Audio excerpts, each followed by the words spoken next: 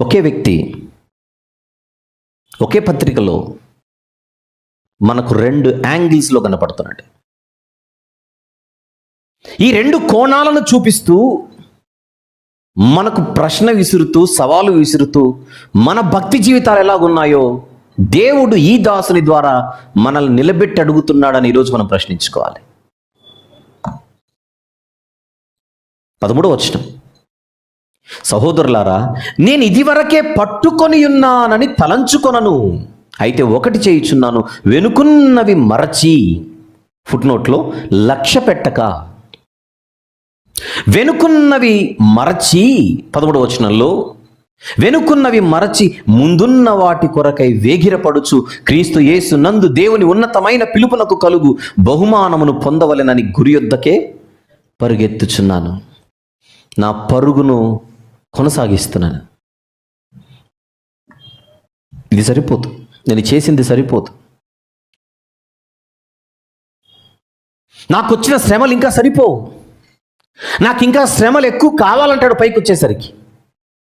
10వ వచనంలో, ఏ విధము చేతనైనను మృతులలో నుండి నాకు పునరుత్థానము కలుగవలెనని ఆయన మరణ విషయంలో సమానానుభవము గలవాడనై ఆయనను ఆయన పునరుత్థాన బలమును ఎరుగు నిమిత్తము ఆయన శ్రమలలో పాలివాడ నగుట ఎట్టిదో ఎరుగు నిమిత్తము సమస్తమును నష్టపరుచుకొని వాటిని పెంటతో సమానముగా ఎంచుకొనుచున్నాను.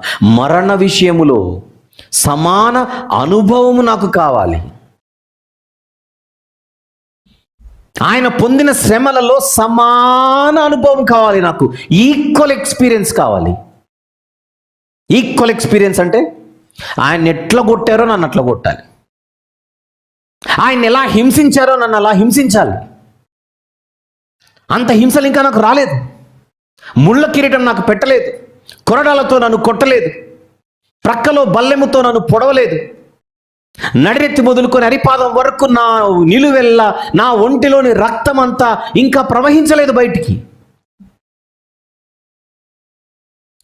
నా శరీరంలోని ప్రతి రక్తపు బొట్టు ఇంకా బయటికి చిందింపబడలేదు. మరణ విషయంలో సమాన అనుభవం కోరుకుంటున్న ఒక అద్భుతమైనటువంటి చరిత్రలో కనబడుతున్న ఒక వీరుణ్ణి మనం చూస్తున్నాం ఇక్కడ, విశ్వాస వీరుణ్ణి. రోజు రోజుకి నేను ఎదగాలి, రోజు రోజుకి ఇంకా నేను బలపడాలి, రోజు రోజుకి ఇంకా నేను క్రీస్తులో పరిపక్వత చెందాలి, పరిపూర్ణుడవ్వాలి. ఏమంటున్నాడు అక్కడ? ఇది వరకే సంపూర్ణ సిద్ధి పొంది తినని నేను అనుకునట్లేదు. I'm not perfect yet. ఇంకా సంపూర్ణుడు కావాలి నేను.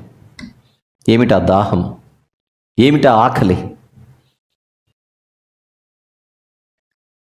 పౌలు గారిని ఒక యాంగిల్లో చూస్తే తృప్తి కల జీవితం కనపడుతోంది, మరొక యాంగిల్లో చూస్తే తృప్తే లేని జీవితం కనపడుతుంది. ఎందులో తృప్తి ఉంది, ఎందులో తృప్తి లేదు? Very simple. భక్తిలో తృప్తి ఉంది, భక్తిలో తృప్తి లేదు. అదే ఆయన జీవితం.